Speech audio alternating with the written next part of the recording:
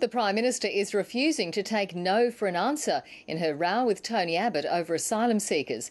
Julia Gillard will press ahead with her bill to try to restore offshore processing, even though it's doomed to fail.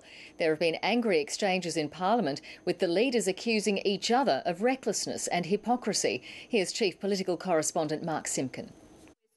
It's hardly obvious, but when it comes to offshore processing, both major parties are in agreement. Furious agreement. This government is now so totally ashamed of itself because it has betrayed every principle which it has ever claimed to believe in. He's terrified that the Malaysia arrangement will work, and that's not in his political interest. He wants to see more boats. This Prime Minister should not project her faults and her failings onto others. It is a serious psychological weakness in this Prime Minister. The Leader of the Opposition isn't turning his back on me, he's turning his back on Australia's interest, and he should reconsider this reckless, negative position. Last night, the coalition scuttled the Malaysia solution by agreeing asylum seekers should only be sent to a country that signed the Refugee Convention.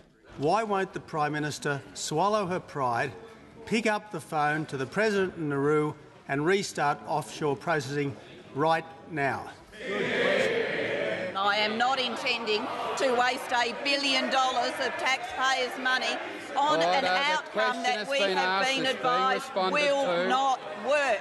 That means the government will have to process asylum seekers in Australia. The logical conclusion of Mr Abbott slamming the door on the national interest is that offshore processing is at risk in its entirety. Which is what Labor's left wants. During a 2-hour caucus meeting, the faction tried to change the government's policy. Party elder John Faulkner argued Labor's breaching its platform, but the Prime Minister prevailed. So Julia Gillard's defending offshore processing, while Tony Abbott's going to vote with the Greens. These are strange days for the Parliament and its sitting members. Mark Simpkin, ABC News, Canberra.